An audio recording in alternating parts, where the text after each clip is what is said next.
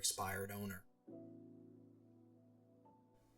But response 2 and 4, boom.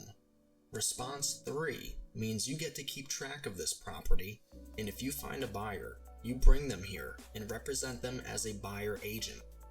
Response 4 is the reciprocated open-ended response you want. That means that you get to start your expired script and attempt to secure the listing presentation.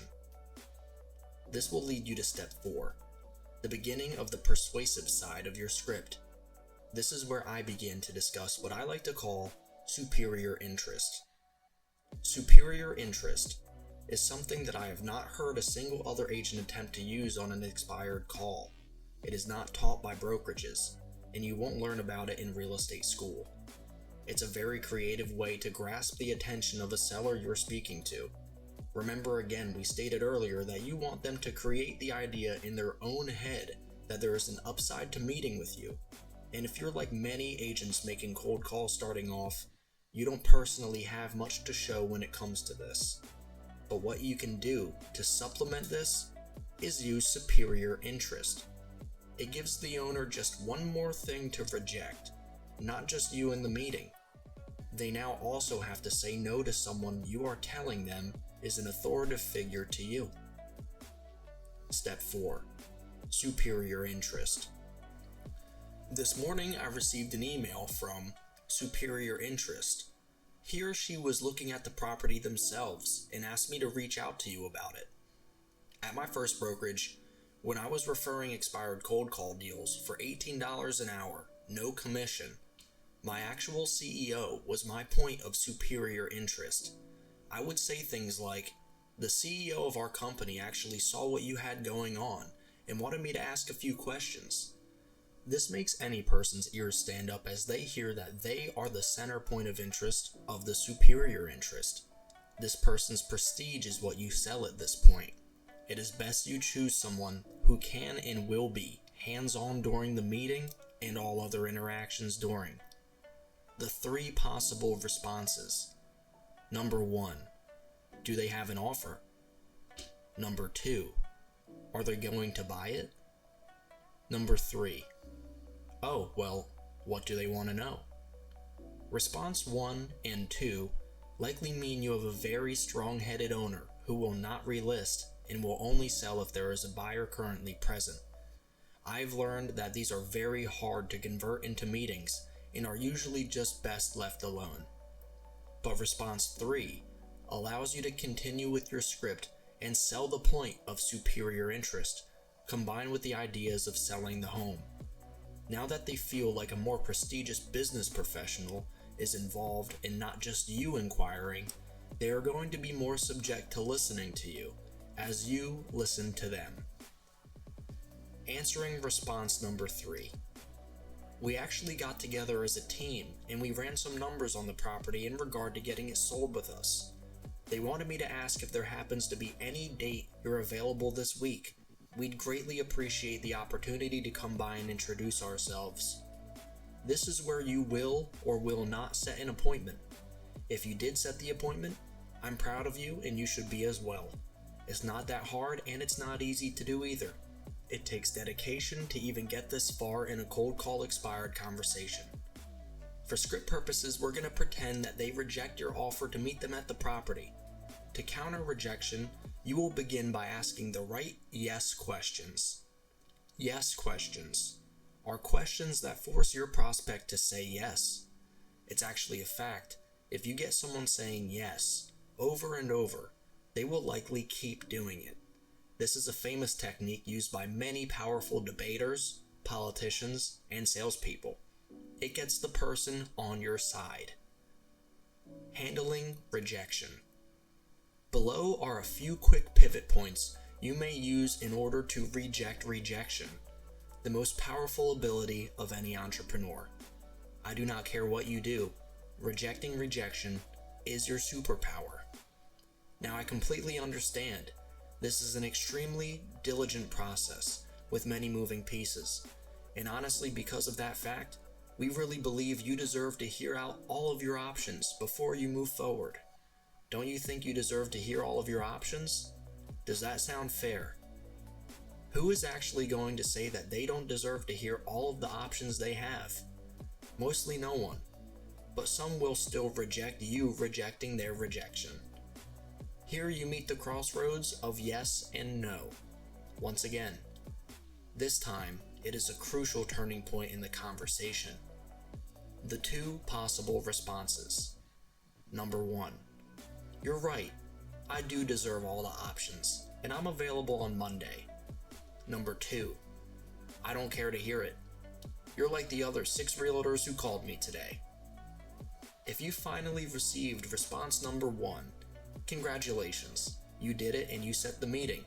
You got the homeowner to see that meeting with you is something that can benefit them.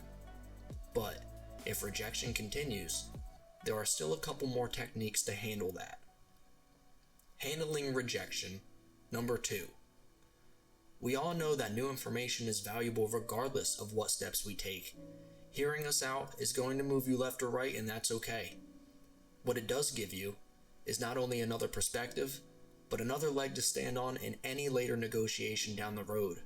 We really just believe you need to hear all of the details before you make a final decision.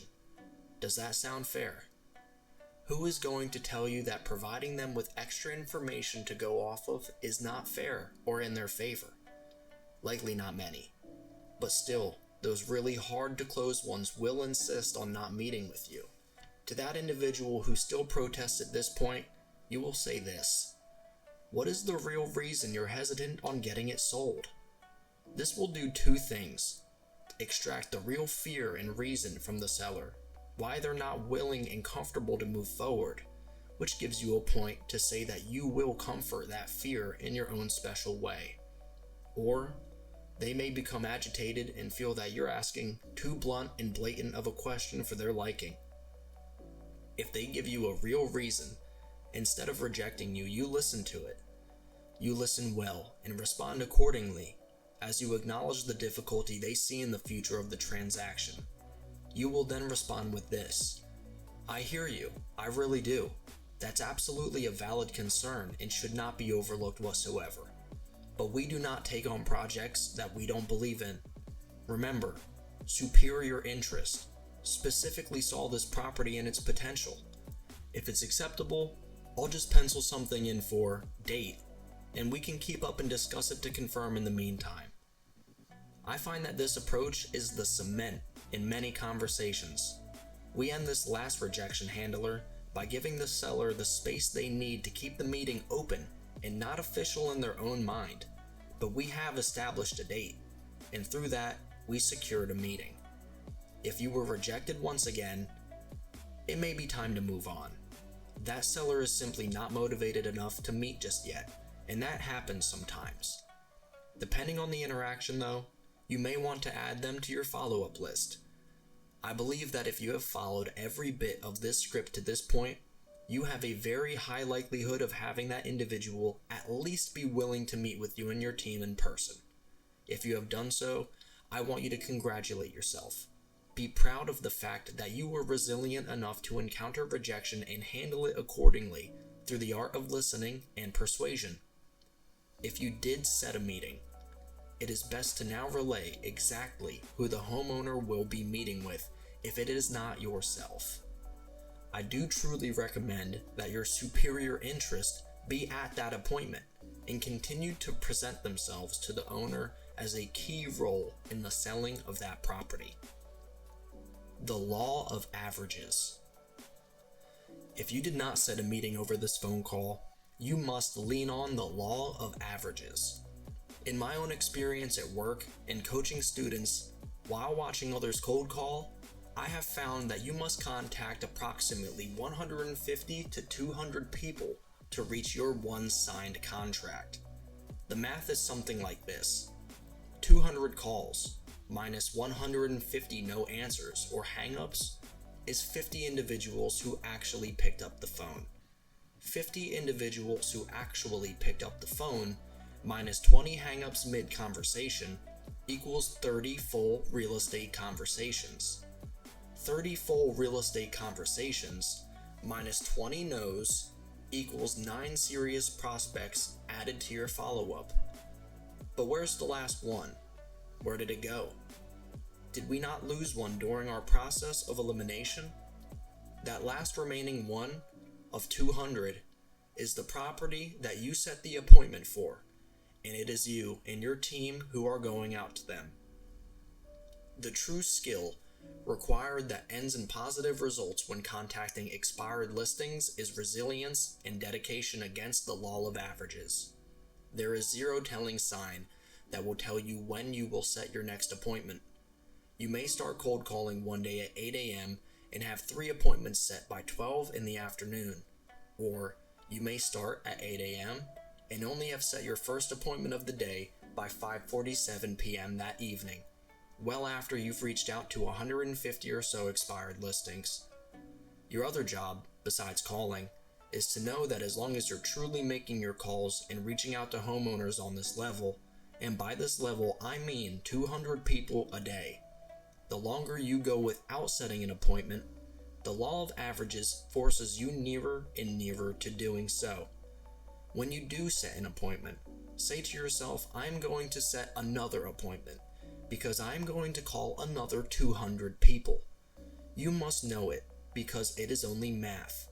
It is truly only a matter of time and you doing it and you putting the time into it. I leave you with this.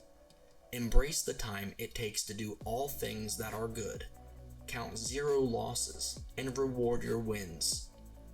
What is fast will not last, and what will last is not fast. You are the sorting mechanism between your yes and no interactions. Only your time and dedication will sort them, not a single thing else. Do what you do. Do it differently. Do it to your fullest capability. Do it professionally. Do it well. Most of all, listen. When in doubt, when in sales, when in life, you listen. Because forcing your way into the life or mind of anyone, regardless of who they are to you, will never be your means to great success.